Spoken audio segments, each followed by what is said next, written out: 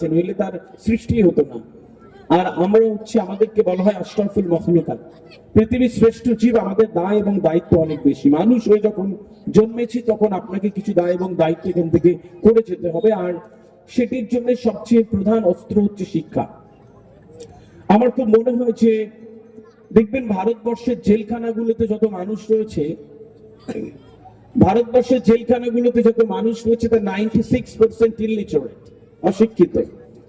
এরা ভালো মন্দের তফাৎ করতে পারে না, রাগের বশে কোনো একটা কাজ করে জেলে চলে যায়।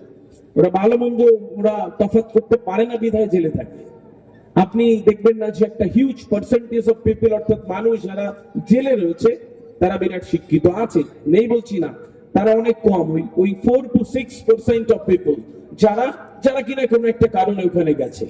সুতরাং এই ভালো আর মন্দের তফাৎ আপনাকে করতে গেলে আপনাকে সবার আগে শিক্ষাটাকে নিতে হবে। আপনি এডুকেশন